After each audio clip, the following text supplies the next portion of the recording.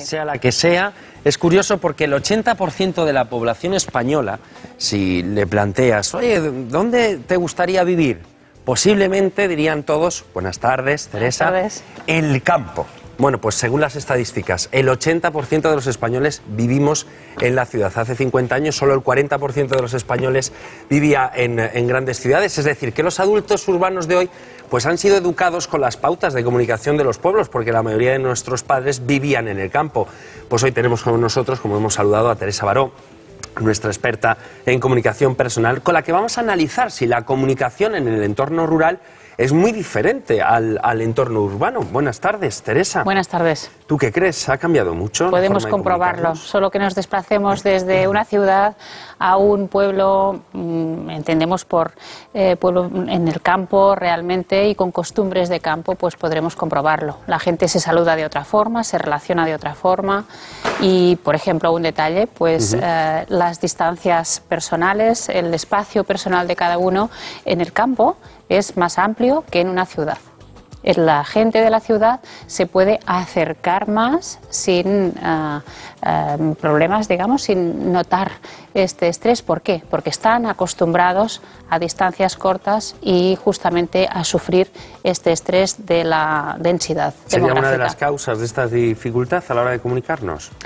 Pues sí, porque al mismo tiempo que estamos más cerca físicamente en la ciudad, porque por ejemplo en los transportes públicos, en muchos espacios necesitamos estar pegados casi los unos a los otros, pero compensamos esta falta de espacio con otras formas de no comunicación. Por ejemplo, pues no nos hablamos, aunque estemos pegados cuerpo a cuerpo, o no nos miramos, o nos ponemos de lado para no enfrentarnos en el cara a cara. En cambio, en un pueblo esto no pasa. Como podemos tener este espacio vital más amplio, entonces nos podemos saludar. Incluso, pues los saludos son solo verbales, no nos damos besos, no nos besamos tanto, no nos damos tanto la mano, sino que basta, por ejemplo, con una mirada, con una sonrisa o simplemente un gesto como así, como ya te he visto, y es suficiente. Y en cambio en una ciudad pues a veces nos cruzamos con personas que viven en nuestra misma escalera, en nuestro edificio, y no nos saludamos ni nos miramos. O en nuestro barrio, ¿no? Que en nuestro barrio, conocemos a la gente que nos rodea. Qué contradicción, ¿no? Vivimos cerca, pero nos comunicamos de una forma muy lejana, ¿no? Muy extraña. Sí, lo que pasa es que esto es casi necesario. Está comprobado que la densidad demográfica, mucha población, implica estrés, implica ansiedad, inquietud. Esto pasa también incluso en los animales. Cuantos más animales hay en un espacio reducido, pues más sufren y más agresivos se vuelven. Pues nosotros también tenemos un cierto estrés en esta aglomeración y entonces necesitamos compensarlo de otra forma. Y una de las formas de compensarlo es hacer que no vemos muchas de las personas con las que nos cruzamos. Por ejemplo, pues tú en una ciudad no puedes ir saludando a todo el mundo, porque nunca acabarías, no puede ser, es una cuestión de rentabilidad de tu tiempo. Pero no solo esto, sino que incluso llegamos a considerar personas como no personas, como si fueran transparentes absolutamente, no las vemos.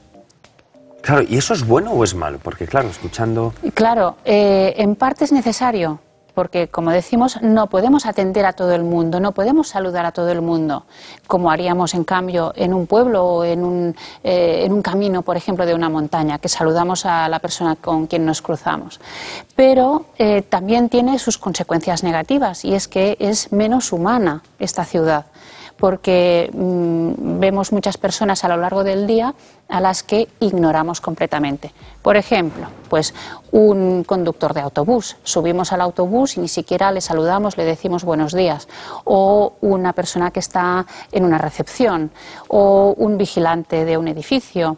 O un vigilante en un museo, por ejemplo. Nosotros pasamos por delante y no lo miramos, pasamos la vista por encima como si fuera invisible. Eso también es cuestión de educación, Teresa. Los buenos días o el gracias por abrir la puerta son detalles que denotan más educación que quizás el mero hecho de querer entablar una conversación. Sí, ¿no? Lo que pasa es que es bastante generalizada esta actitud de ignorar a determinadas personas, especialmente si ocupan un cierto rango profesional.